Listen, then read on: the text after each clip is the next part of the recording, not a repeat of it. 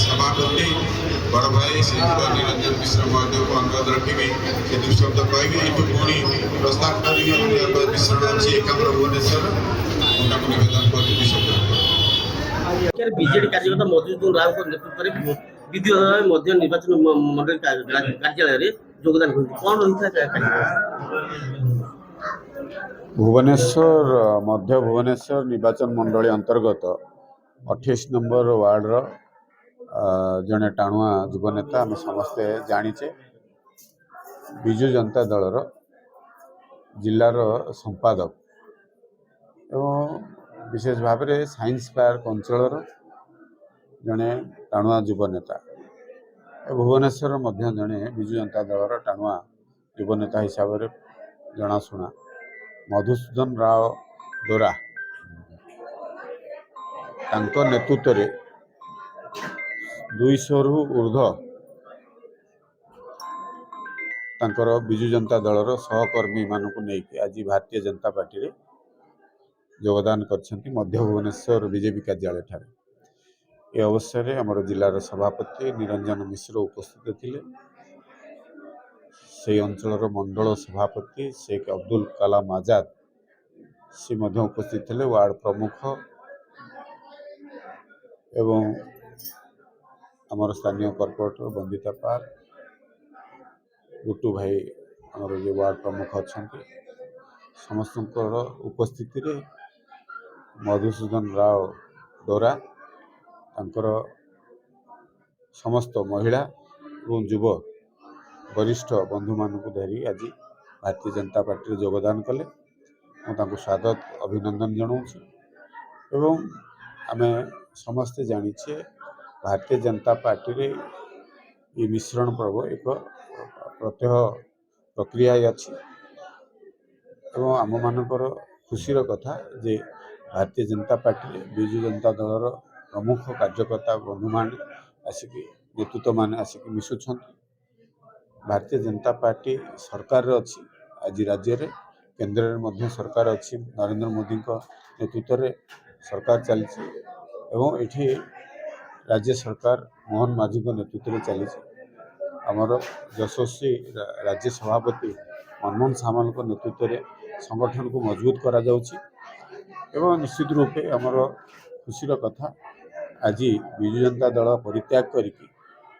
मधु बाबू सहित जोड़ी होगी जो बंधु मैंने आम साथी आसिले आम दल को आहरी संगठित कर आहरी मजबूत कर आहरी शक्तिशाली कर संगठन में शक्ति अच्छी ये कथा विश्वास भरसा करें। भारतीय जनता पार्टी सरकार थिले भी संगठन को शक्ति बढ़ावाई कि सदा सर्वदा प्रचेषा कर मध्य भुवनेश्वर समस्ते आम चेष्टा कर आज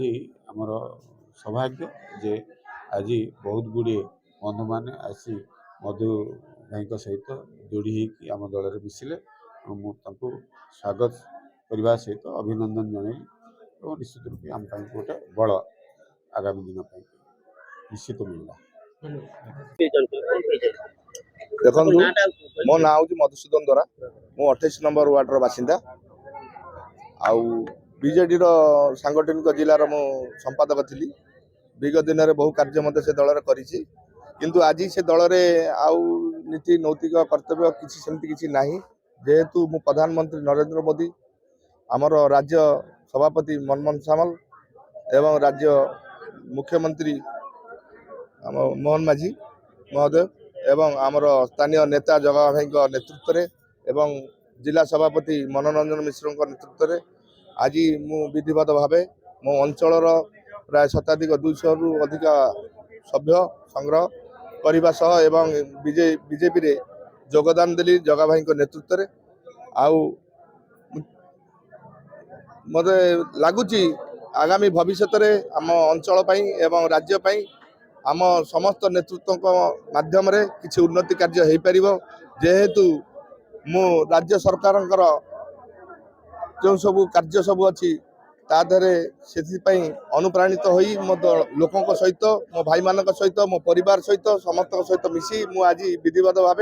जगा भाई नेतृत्व में राज्य सभापति जिला सभापति समस्त नेतृत्व में आज मु जगा भाई मध्य निर्वाचन मंडली ऑफिस रे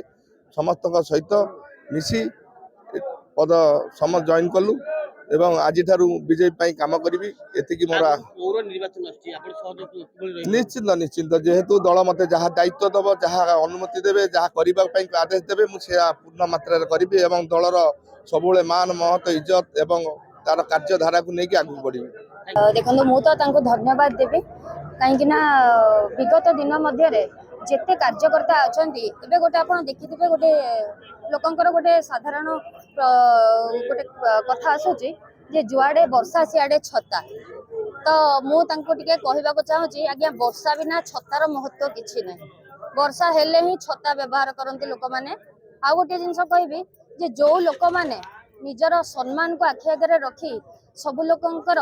विचार शक्ति अलग काम करिवार शैली अलग किंतु काम करिवार शैली को हुए तो आपण ग्रहण न करथै पारंती किंतु काहाको असम्मान करिवार अधिकार तो काहार एठी नहीं गणतंत्र हमको अधिकार देछि हम समस्तंकर अधिकार अछि तेणु जो जगह निजको असम्मानित फील होछि जो जगह आपणकर कार्यकलाप को दृष्टि दिया जाउ नहीं से जगार आपण निजे स्व इच्छा रे परित्याग करबा ही एटा गोटे बड़